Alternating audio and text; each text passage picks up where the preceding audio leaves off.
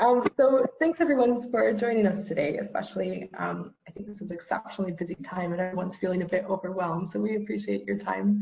So our session today focuses specifically on supporting international students in this upcoming semester, with a particular focus on online and blended learning sessions, and kind of in consideration of students who might be geographically dispersed in this upcoming semester.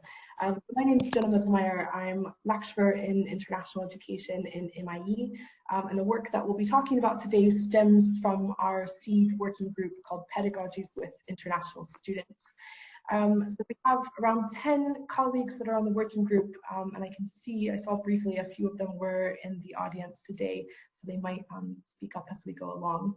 And I would say a large number of those are based within MIE, where we have a large bank of expertise related to internationalization of higher education.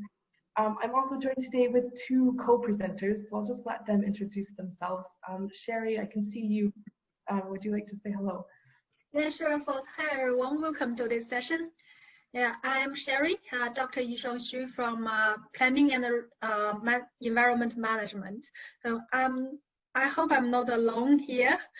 And I'm quite keen on introducing this new term, very special term to the international students. So I'm joining the working group, and it's very happy to work together with everyone else.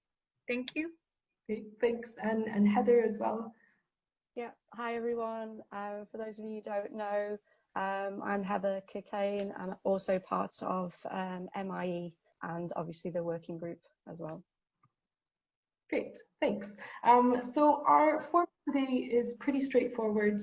We're going to first kind of provide an overview of some suggested guidance for working with international students in the upcoming semester. And this kind of summarizes some of the points that we made in a guidance document that is on the SEED working group page, which as I'm sharing my screen, I don't have access to, but I'll add that to the chat right after this. But then towards the end, we'll also have plenty of time for questions and discussion. But if you have questions at any point during the session, we'll kind of pause occasionally for anyone who might want to put up a verbal comment or a verbal question. But if you prefer, you can also use the chat, and we'll come to the chat at the end to kind of start off our discussion. So feel free to add anything in there. With that said, before we jump right into things, I wanted to just outline a few disclaimers. First, I think all three of us are very critical of what we might call unnecessary divisions between home and international students. So a lot of the suggestions that we'll be talking about today are not necessarily specific to international students, although some of them are, but we think they can help support accessibility more broadly. And then the second disclaimer is that we just want to highlight as a group, our rejection of a deficit narrative about international students.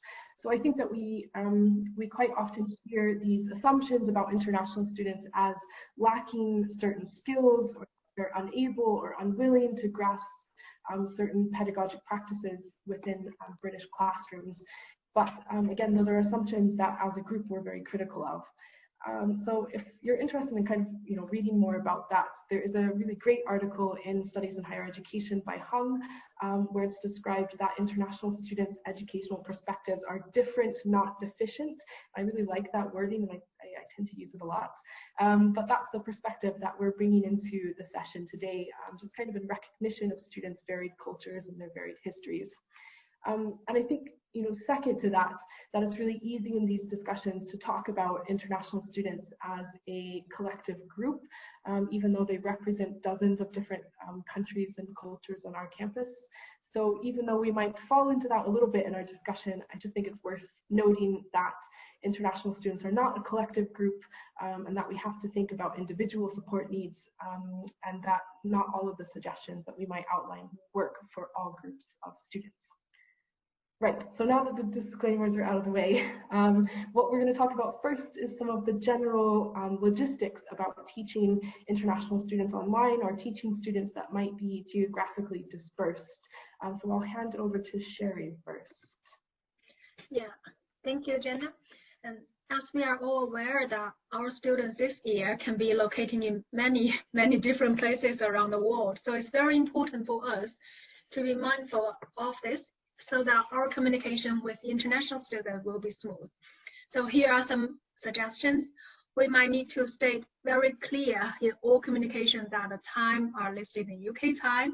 And on top of that, maybe you're also aware that the summertime is not widely used around the world. So sometimes, maybe all the times, we also need to emphasizing that it's summertime or wintertime in the UK. And for some key sessions, we might need to record it so that students in different time zones can also have the chance to listen or watch it.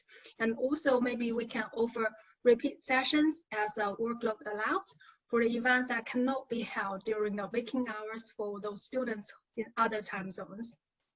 And in terms of the blocked websites or the apps, actually, also because it's very, very well known that there are so many websites and apps being blocked in China.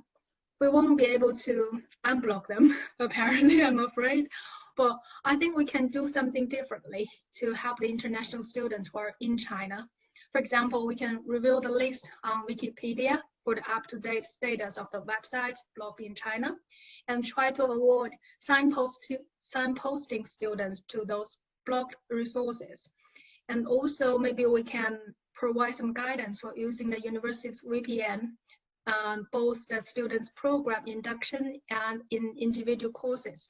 So the student will know how to use a VPN to access to the resources they want to.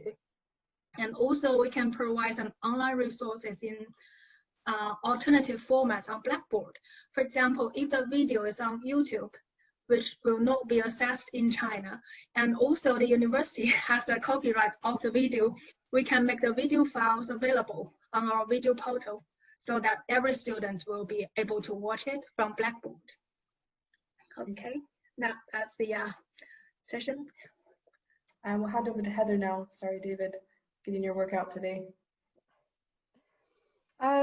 Yeah, so the other thing that we might need to think about is the familiarity with these various online tools that we're using.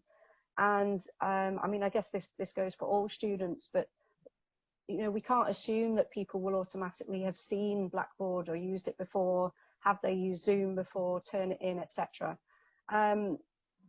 Often, if students have been in the UK, if they've been at a different UK university and they're moving to a postgraduate program, they may be quite familiar with a lot of the tools that we're using, but it's best to assume that people haven't seen them and to find this out.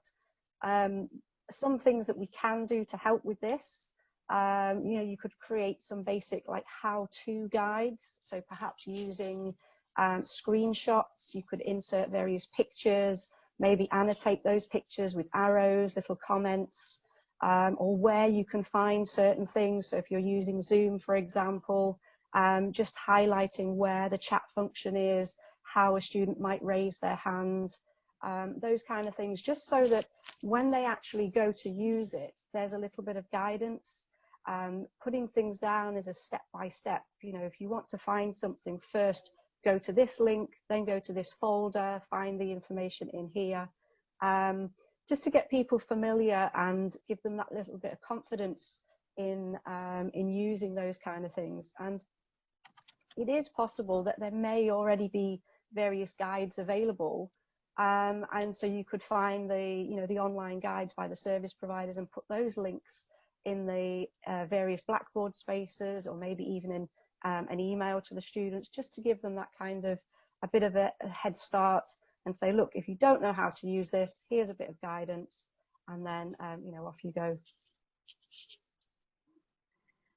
So a third thing that you might find when working with students from different countries is that expected, what we might call norms of practice of online communication can vary.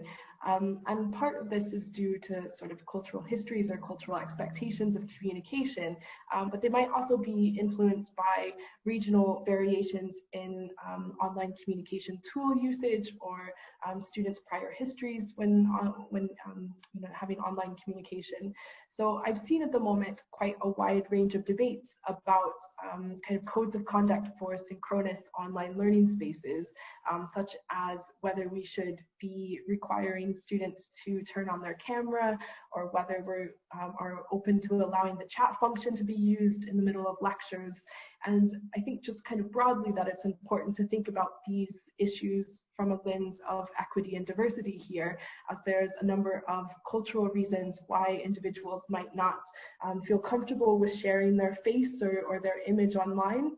And similarly, that tools such as the online chat, even though it can be, I think, quite difficult for those of us that are lecturing live online to keep track of or to manage, actually can present some valuable resources for L2 language users to participate in class.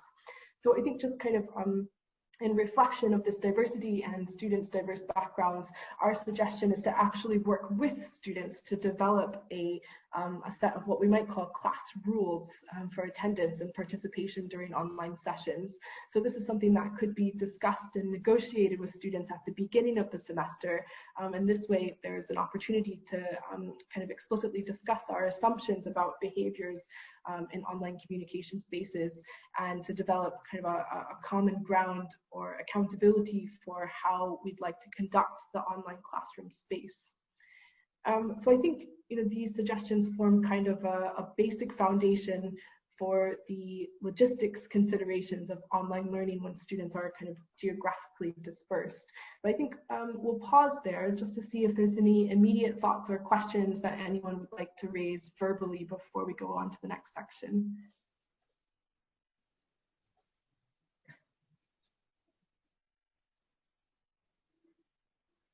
No? Okay. So I'll go on to the next section then. And again, if you do have questions that you don't feel comfortable putting out there verbally, feel free to add them to the chat and we'll come back to those at the end. But the next thing that we want to focus on is about supporting international students in their academic and social transitions during the course of the semester. So the first thing that I'll touch upon here is about accessibility, and particularly accessibility in reflection that many international students are studying in a second language, or what we would call an L2 language. And when you're learning using an L2 language, or also even for students who might be hard of hearing, communication challenges are often exacerbated online. And part of that is because with online communication, you're missing out on the sort of nonverbal cues, or things like inflection in our voices might be a little bit muted. But also because issues like poor sound quality or the digitization of our voices can have an impact on listening comprehension. So our first suggestion is about making automatic transcripts from recorded sessions. And our online guide, which again I'll put in the chat later, our online guide has links to all of these resources. But you can create automatic transcriptions from recordings using Zoom, or if your session is being recorded through another platform, also through a website called Otter AI. And I'll show an example of how to do that in just a second using Zoom. But most hosting platforms for your videos like Blackboard or YouTube or Zoom also have guidance for using those transcripts to then add closed captioning or live transcripts to videos. And in addition to this, there's a tool called Amara that you can use to add closed captionings to recorded videos if you're not planning to host them on one of these sites. And then the final thing that we just wanted to note was a tool called DotSub that allows for translation of videos into different languages if you think that might be of value to students. Now, I think this, of course, adds a little bit of extra work in terms of not being able to just kind of upload the videos and call it good. But this was something that I did in the last semester in sort of our emergency online teaching period. And I found that the extra step was really appreciated by students and helped with accessibility and engagement with the resources. So actually the videos that I included transcripts for had higher view count than those that I didn't. So I personally think it's worth taking a little bit of extra time to do. I'll just kind of show you quickly how easy that is to do using Zoom. So first, within Zoom, there's a setting that you have to toggle in your account, and you have to do this on the website, not the Zoom standalone program. So to go into the Zoom website and into your settings, and there's a little setting that you can toggle to allow automatic transcriptions. And from there, you have to record your session or your video to the cloud rather than locally on your computer. But then when you log into their website to view your recordings, after you've toggled the transcription setting, you'll see at the bottom there's an audio transcript file that shows up after your video has been processed. So it usually takes maybe 15 minutes or so to do. But after that, once you download it, it looks something like this. And I presented this here unedited from a live session that I was doing with students. So I think, as you can see, it's pretty good with keeping things fairly accurate. I usually do kind of a quick glance just to make sure it's not, wholly incorrect or it's not spouting really inappropriate things. But then I just kind of upload the Word file without any edits, with a warning to students that it's automatically developed and there might be some inaccuracies. So again, it's not a huge amount of time, maybe 15 minutes for each lesson. But also if you're tech savvy, you can get a little bit more ingrained into this by being more ambitious and taking this file and uploading it using the closed captioning tools I mentioned earlier, so that it's right there in the video. But I've never done that because I kind of ran out of time, and students didn't seem to complain and appreciated it even without the closed captioning. But beyond the transcripts, I think there's probably a few other considerations for L2 learners.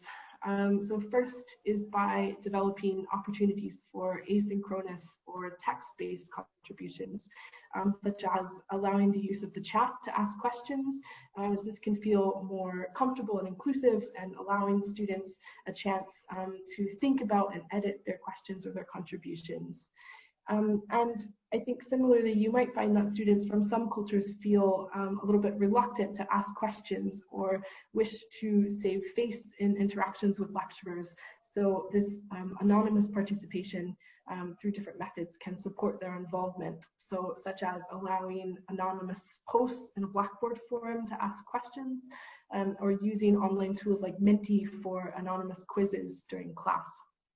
And then finally, one good practice is to use multiple sensory methods to convey essential information, such as having important points written as well as oral. And one way to do this is to use the whiteboard feature in Zoom or Collaborate to take notes during class, such as the major themes that came up in discussion sessions, and then sharing those with students after the session, kind of as a recap to check their listening comprehension. But I'd also say it's important to repeat essential oral information. And that's something that I do in my class a lot. So I'll say something like, I'm going to repeat that point because it's really important. And that's a good signal to students, firstly, to pay attention, but also to give them an opportunity to listen and understand the idea, for a second time. Right, so I'll hand over to Heather now. Yeah, and this was sort of an idea of considering the idea of independent learning.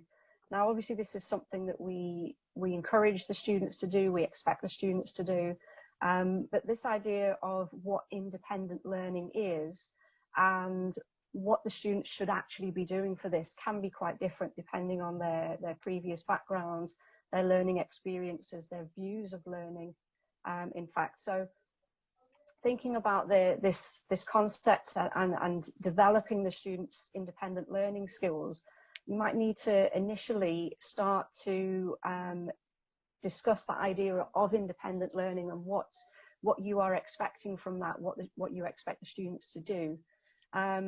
Things that you can do to help with this is, talk about the things that you're doing in your class. Why are you doing it? Why are you doing certain methods?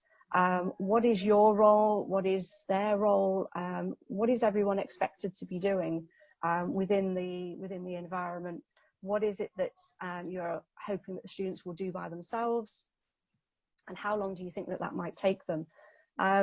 Because very often we found that students from different backgrounds, you go away and you say, okay, I want you to work on this by themselves. They say, I've answered the questions, and that's it. But really, in your mind, you were hoping that perhaps they'd go away and do a lot of extra reading, find additional resources. But if that was not explicitly stated, then perhaps they haven't done it, and there's been a bit of confusion on both parts. So things to try and avoid that confusion explicit guidelines for classroom tasks, but particularly assignments as well. What do you mean by independent and interdependent? When there's various tasks, particularly group work that might be involved, but even just reading tasks. I mean, there's often a lot of readings on various programs, which can be very difficult for those that are working in their second language. And in most cases, it would be fine if people were working together on a particular reading. It's just that when they produce their written work, obviously you expect that to be their own work. So sort of how can they work together, but also to work by themselves. Also with the readings, often I'm sure many of you have had questions from students in the past about readings and the complexity of some of the things that we give our students to read. So potentially scaffolding those readings, maybe annotating various maybe journal articles or reports. If it's possible, provide certain bullet points or maybe various questions in advance. So they've got a sense of what are they reading for. Is there a key point within the reading that you want them to find, to focus on? And are there some questions that they could sort of have in their mind as they are reading a particular article or report, just to help them work through that by themselves. It's still an independent task, but you're sort of guiding them through it. And being clear about what your expectations are of the students and what they can expect of you in regards of support for various tasks as well. So I think now moving on. Oh, sorry, one more part. The final thing with this is, I don't know if any of you are new to the university, but looking at the My Learning Essentials, there's a lot of online resources available. There obviously were previous workshops, and I don't know if they're running at all this year or not, but the online resources that are available, as you can see from this screenshot here, they're divided into various different tasks. So you can also direct the students to those useful online resources, and whether it's, you know, they're working on assignments or they're being critical, they're doing group work, etc. There's also additional things online that's already ready-made and available for them as well. Okay, now Sherry. Thank you. Yeah, actually, I think we all agree that for the international students, it's never been easy to build up the social relationships soon after arriving to the UK. And this year is even more difficult with the social distancing policy. It's only getting harder. But the way we can help is mainly trying to get them interact with each other in small groups or in an online environment at the moment. With any luck, if things getting better next semester, and they will be already familiar with each other and have some social relationships in campus later.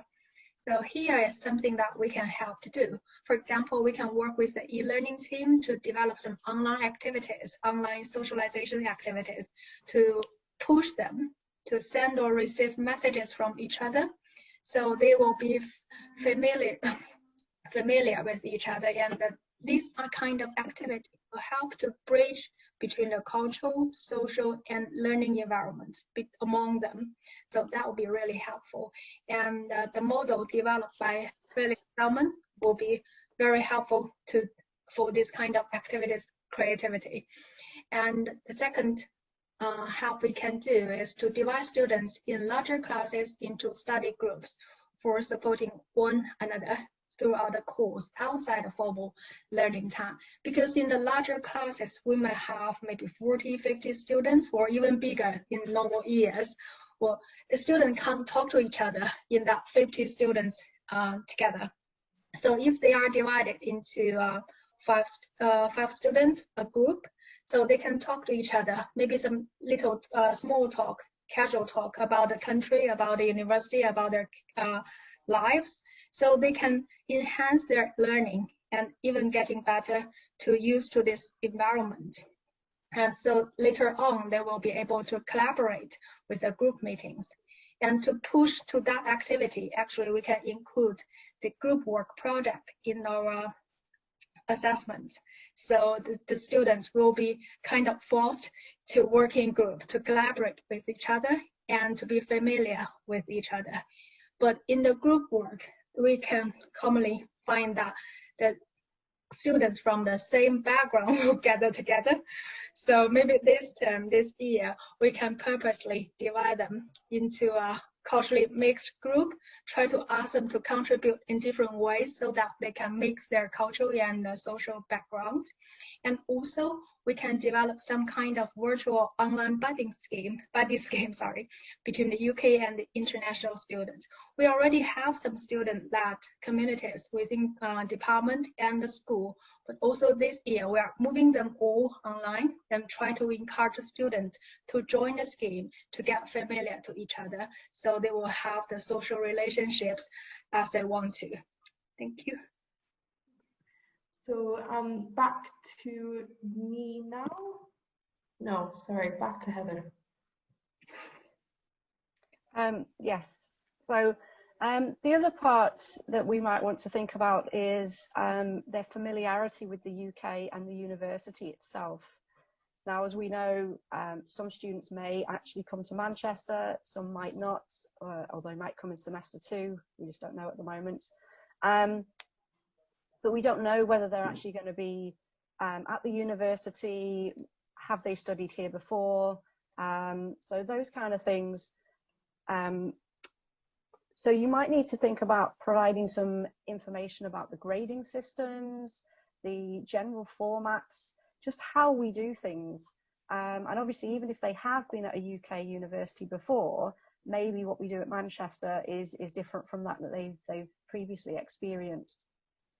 A lot of students in the past, particularly if they've been from overseas, have found the grading system particularly surprising, and you know, they come out with a 65 and they're devastated.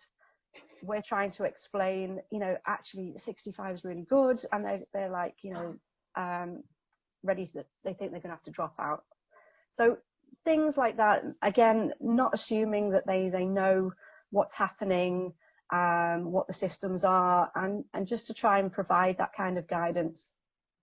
I think often at welcome events, this kind of stuff is covered, but just sort of bearing that in mind, and you might need to sort of just remind students of that, because, you know, welcome events, there's so much information that's thrown at them. They may need a little bit of a reminder for that. Same to go with, you know, with exams, assessments. What is it that you're expecting, and the kind of things that are, you know, maybe specific to Manchester even. It's also nice, I think, as well, if students are not coming to campus initially, is there anything that, you know, the students can do to feel like they're on campus? Because we want to try and avoid that kind of disconnect. As you know, as Sherry mentioned earlier, they might be scattered all over the place in completely different time zones, but certain things that might show them the campus. I'm sure there are various videos online for induction events, but again, you know, when they eventually join the classes, have they remembered those things that they covered at induction? Is there anything that we can do to you know, provide that kind of familiarity with the UK and the campus, but then also with the staff themselves? I mean, one thing that we could do, so I'm part of the senior tutor team, and one thing we've done is we've made a short video to sort of introduce ourselves, so that before they come to any sessions, they've sort of seen our face. We've told them who we are and what we're going to be doing in relation to their studies. And it's sort of a bit of an introduction, so that they're not coming in, you know, thinking, oh, who are all these people, or this scary Zoom session where there's all these people looking at me. What's happening? And then also, you know, is there anything specific to your field? So UK academic culture might be a little bit different for some students, but also, is there anything within your particular area that might be different? Anything that is important for the students to know, and just to sort of give them that kind of information at the beginning, really.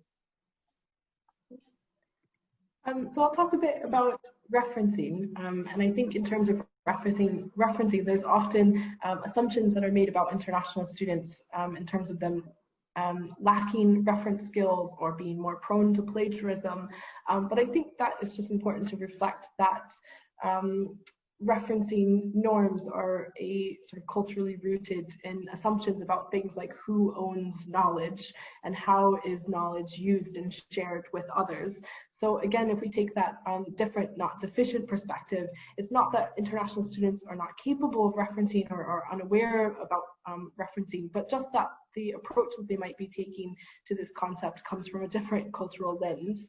And for that reason, I think that it's really essential for lecturers to not just assume that, or not to make assumptions about the skills that we think students should have when they come into their degree program, and really explicitly build in opportunities to discuss expectations and assumptions around referencing and academic practice.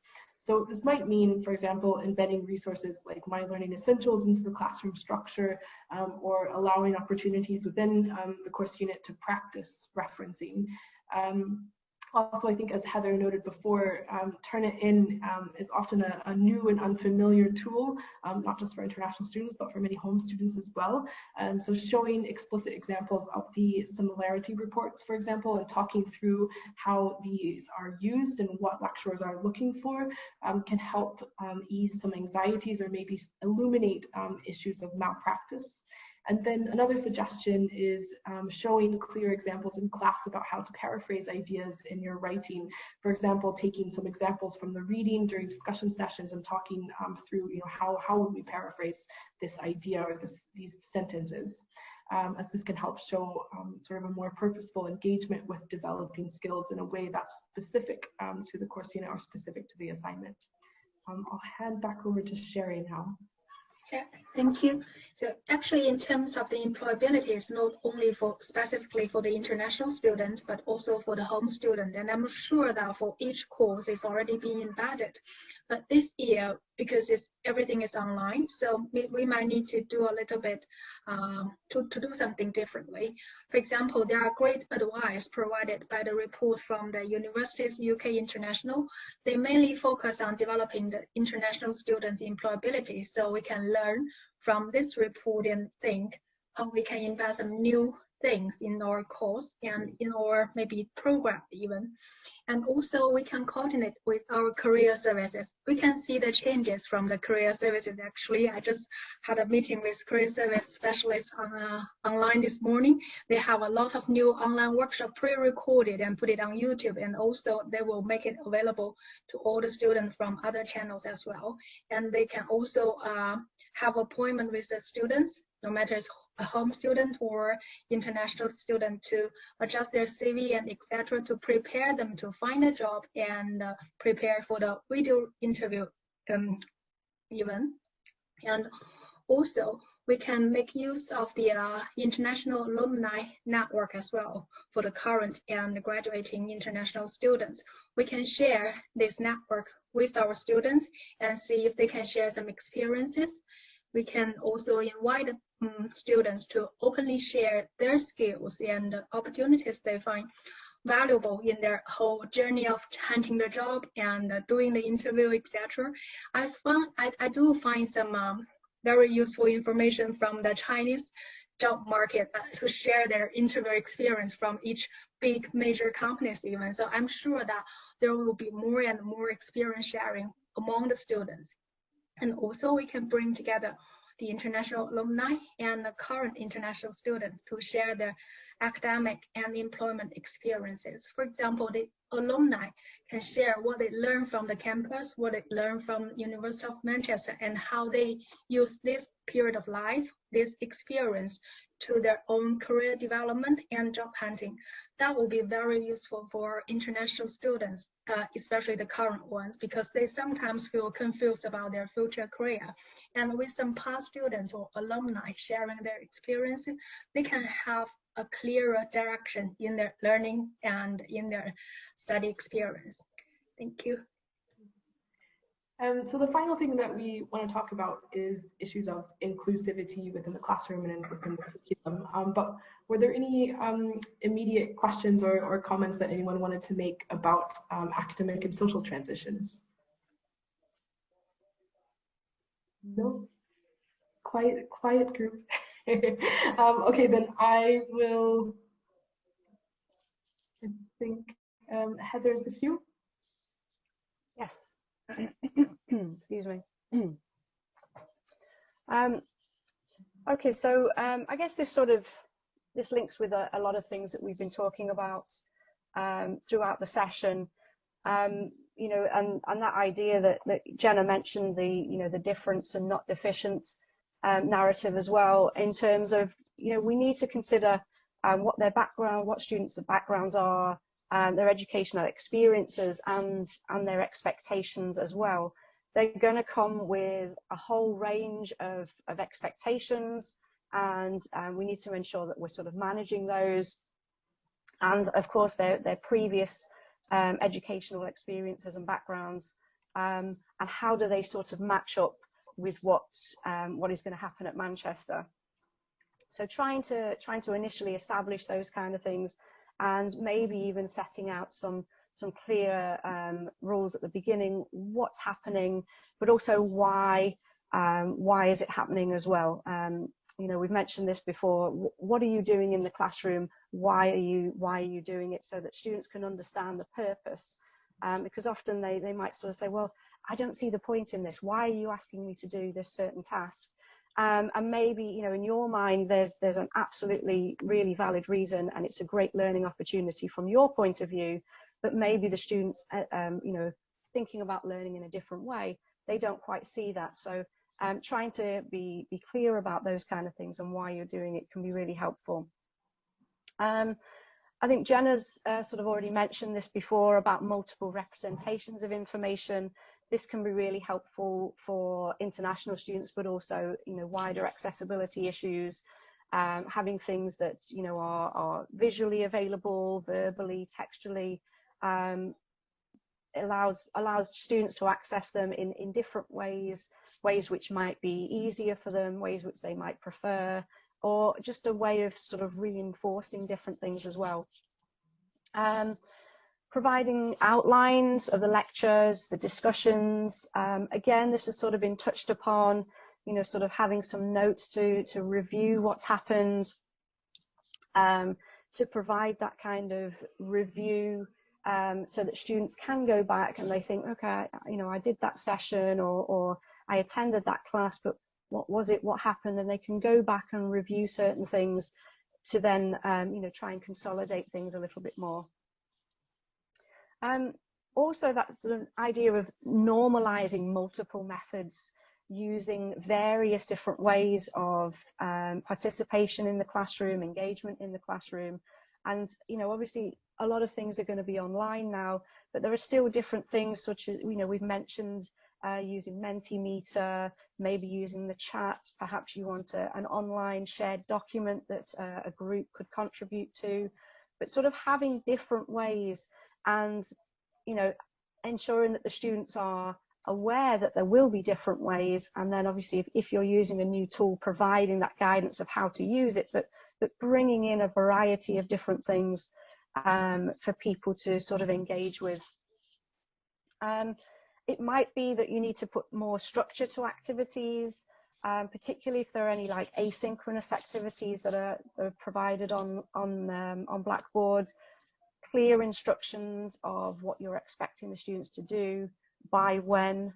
You know, if there's a task that needs to be done before they attend a synchronous session, then maybe you need to say, okay, you need to do this before attending this session, but having clear guidelines, maybe even a step process. Number one, do this, then number two, then number three, because there's going to be people that are looking at this stuff online, as Sherry mentioned, in different time zones. So some people might be doing it Monday, some people might be doing it Tuesday, before the session happens on a Wednesday, for example. And do they have enough information to be able to work on that by themselves before they then see you later in the week? And another thing is sort of build in a little bit of time for a debrief, and just an opportunity to recap. And then if there are any questions, there's that space for that as well. And, you know, as Jenna mentioned earlier, emphasizing the importance or the key points, but then providing that space to say, well, look, if there is anything that you're unsure about, you know, there's a space to ask about that as well. Over to Sherry now. Yeah, thank you. Actually, to make our assessment inclusive, it means that we try not to penalize students because of they have different cultural and social backgrounds or different language skills. For example, we can allow student-led topic selections of the assessment. It doesn't mean that we can only define our assessment when we see the students. That would be too late. But in the range of assessment, for example, in NICE, we can come up maybe 3 or 5 topics, and the student can choose from them. Or from take my own course, for example, I have a font analysis for the students as a professional report, and they can choose from 3 fonts, choose one from the 3 fonts to analyze it. So that may help the student to get familiar or pick up the font that they are familiar, given their different backgrounds or different language skills. And also we can use some variation in the assessment method. For example, for some assessment, it can be written, and for some assessment, it can be group work or group presentations. And even this year, all the presentations can be uploaded through Blackboard, so we can still easily assess it and mark it. And this will be a lot of, this will help a lot of students actually. And we can also consider some on-time examinations. But talking about examinations, maybe we can do it in another way. We can do it in a way of the online test. Still, again, take my own course, for example. I will have online tests this semester, and I will give them a period of time, for example, 3 weeks to access to this online test. They have 3 goals, and actually this is a very small percentage of the assessment for the whole module, but they will have that 5 points for the whole module just by the sake of doing it. So that will encourage students to get engaged and try to practice what they learn from this course to study the module. And also we can share some clear rubric to promote transparency in our assessment requirements. So the student will know what we are looking at when we are marking it. So they will try to enhance their learning abilities to reflect them in their assessment or assignment. And again, we can provide opportunities for the low-stake assessment through the semester. We can allow the student to receive the feedback at more regular intervals and reducing the pressure of single assignment. In the course, I have a report with 100% as the assessment, and student feels so nervous about it. So maybe we can try to use 1 or 2 assessment as a very low stake assessment to encourage students to get involved. And then later on, they will feel more confident to take the high stake assessment as their final assignment. So that will help the student to feel more inclusive, and that this kind of assessment will give us a bridge between us and the students, I think. Thank you.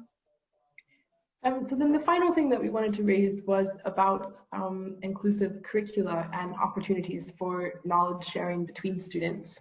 And I think that some of these suggestions are important in the immediate term, but also are important for thinking about long-term inclusive learning opportunities for students, no matter what discipline that you teach in. And in this regard, what I would really encourage is a real purposeful reflection on the content that we teach, in terms of reflecting on whose voices we offer a platform for in our teaching practices, and which perspectives we're highlighting to students as valuable. We can think about this on the one hand in terms of the international relevance of our classes, so just kind of mirroring the diversity of what's present within the room. So for example, we can think about whether the ILOs for our course units are relevant to different international contexts and to students from different countries. We can also think about whether we are sharing diverse case studies or diverse examples from international contexts to show students not just a British perspective, but also an international perspective on our course topics. But I think there's also a deeper question here about the voices that we allow to speak through our reading list. So a really quick check that I would suggest for everyone here today, if you haven't done this before, is to take a look at your reading list and to think about whether there are any Black or ethnic minority authors present on your reading list. And then to also think about, when you look at your reading list, are there any voices from the Global South that are presented? And I think that, is just a small thing that we can do to really quickly and easily review, but can still demonstrate inclusivity and offer platforms for marginalized voices in our fields. And then finally, there's a wealth of diverse interests and perspectives within each of our classrooms. I think whether that's if we're working with international or with home students. And so one thing I would encourage is consideration of whether there are opportunities for student-led topic sessions. So for example, by allowing students to bring their own readings or find examples of concepts to bring to class for discussion. So this can then offer opportunities for diverse perspectives on the topic that we're teaching, that also help to personalize the learning concepts for students and what they're interested in. So I think we'll stop there, and we're quite interested to hear what your questions are, or suggestions or examples from your own teaching practices that you can share when working with international students. I'll hand back to you, David. Okay, I'm looking for any questions or points to be raised. If not, we will always end early, but I'm sure there'll be something come out. Just one thing I want to emphasize is that much of what has been said is all about just good practice. It shouldn't be distinguished as anything but that. An inclusive classroom includes all students, and that's just a positive learning environment. And I think some of the points that you've mentioned, I just wanted to pick up on some. So for instance, we are still able to provide additional e-learning support if there's any issues in relation to any of the points that have been raised. We've also run previous sessions, so with Jacko, in terms of making links and supporting students and making supportive environments for students. We've got Liz, who's working on well-being, because we're interested in the entire social emotional development of students. So all these things linked together. Coming up, we've got an employability session, which again will support some of the things that have been raised today. So all of this stuff does fit together. It's not discrete and independent. But someone's going to ask a question soon. Oh, Miguel. Hi, thank you. Hi, sorry, is it coming through? Thank you really to everyone again. I hope it's, well, I mean, I'll go for it and ask specific questions that I'm thinking about in my own personal teaching. I hope there's a teaching plan. I hope that there's some relevance to others. One of them is technical, and the others are more general. So thank you again so much. There were so many ideas. I'd like to take up the presenters about some of the concrete issues about teaching international students, some of whom might be on campus and some of whom might not be on campus, and what their advice is to try and really resolve this these challenges. So for instance, one of my technical questions is regarding, for instance, captioning and technology transfer. Does that automatically happen if we were to lecture in person? So will all of our rooms, I don't know just whether this is the case, will all of our rooms be enabled with that technology capture facilities, and will, as you mentioned, the closed captioning take place once it's uploaded? And how do I make sure that happens, or who should I turn to for help? That's one of my questions. It's a little bit more technical. Perhaps the other thing is really about how equity issues and also about socialization issues. So if some students are here and are able to socialize amongst themselves, I personally think they're probably at an advantage with respect to socialization. I hope they can do that safely. Yeah, so they'll probably, I think, I'd expect them really to work much better together in comparison to their colleagues who are not physically in Manchester. And I'm wondering what I can do. So would you recommend that, oh, like make sure that if they're divided into groups, it's very much that, oh, the people who are physically inside, in the classroom, yeah, like, are they supposed to not work with each other as much and make sure that they try to work with the people who might be in other parts of the world? So I'm just trying to understand that and see if I can put that into the design. Yeah, thank you. I will try to answer this, Miguel. So I think first, there are tools for live captioning. If, for example, if you use Google Slides, there is a setting that you can live caption your Google Slides. It's not perfect, and I guess you do run the risk of it saying something inappropriate in the middle of your huge screen. But I think what we're talking about in terms of the captioning is more about recording a video and then afterwards adding the transcript either as a Word document or the closed captioning directly onto the video. I think if you're feeling not very tech savvy and it's all feeling a little bit overwhelming, I think the Word document route is sufficient, and you shouldn't stress about trying to make your videos perfect, because in my perspective, students were very happy to have the Word document just to follow along as they were watching the video. But from my understanding, the university isn't doing this system-wide, so it would be kind of a lecture by lecturer basis. But again, the live transcripts from Zoom or from Otter AI are actually really, really good. We're using them as Sylvia Lomer and I are using them as a research tool for automatic transcription of interviews. And I'm so impressed at how good it is at picking up specialized language, at picking up muffled sounds. So I think it's worth just giving it a try and seeing how stressed you feel about it. But it is something that I think students really enjoy or find practical. And the second thing, I think you bring up a really good point about socialization, and that if we think about our international and home students, which I know in our program, that's not what you're thinking of, Miguel, but for a lot of programs that have both international and home students, what we might find is we have a lot of home students on campus and a lot of international students who are abroad. So I think there are really essential issues there about social stratification between these groups. So something that you could think about if you have kind of a group on campus and a group that are coming in January, for example, is doing kind of like a buddy system between those who are here and those who are coming in to support with transitions to campus. But I do think that these kind of things are really essential for us to think about within our programs, because it's already difficult to come to university socially.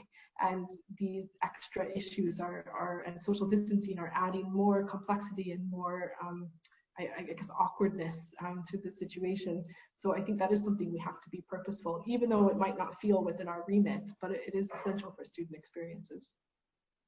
I'll just add to the first bit on the technical side. So my understanding is, but I can't be exact, and Helen may be able to help us, but there is meant to be in-room transcription live available, or to be available. I don't know how many rooms, but we are told it will be there. The second thing with that is, I've just come from a meeting where this was discussed, that inevitably this is new for many people, and they are looking at trying to find opportunities for people to be able to test this out, because suddenly what you're saying appearing behind you will be very unusual for most of us. So again, this is being looked at the moment. Okay, any other questions? Helen says, I know people are working on the in-room live transcription, but no other information. Anything else? Stephen. Thank you all very much. It's been incredibly instructive and so practical. I just wanted to raise one question that I have some awareness of, but I don't have the knowledge that the three presenters have of having lived and studied and worked in China. It's about socialization. It's picking up the point about socialization. And within large groups of students from China, I just don't know the answer to this, but I welcome some advice on it. In terms of encouraging students to socialise, China being a very large and diverse country, is there a tendency for students within a large group of students from China to group in regional groupings? They recognise each other because they're all from Shanghai, say? I'm just wondering whether that's an issue at all and whether there's anything that we need to be aware of in relation to that. Thanks. Yeah, good question, Stephen.